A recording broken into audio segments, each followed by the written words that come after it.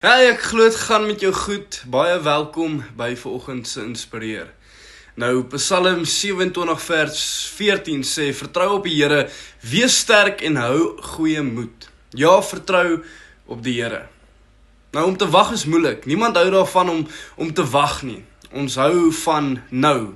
Nou antwoord, nou deurbrake en nou oplossings. Maar dan lees 'n mens Psalm 27 vers 14, vertrou op die Here, wees sterk en hou goeie moed. Ja, vertrou die Here. En jy dink, Here, nog wag. Ek het al gewag, hoe lank nog?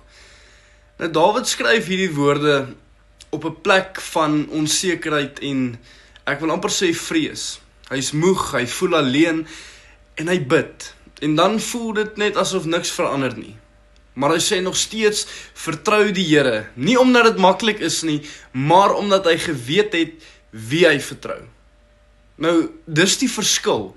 Ons wag nie op 'n uitkoms nie, ons wag op God self.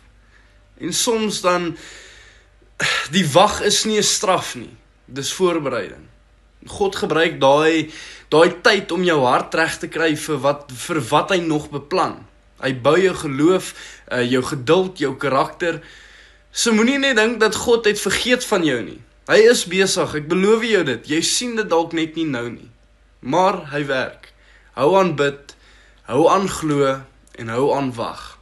Want eendag, dan gaan jy terugkyk en jy gaan sê, dis hoekom ek moes gewag het. Ek hoop jy het 'n fantastiese dag verder en dan gesels ons môre weer.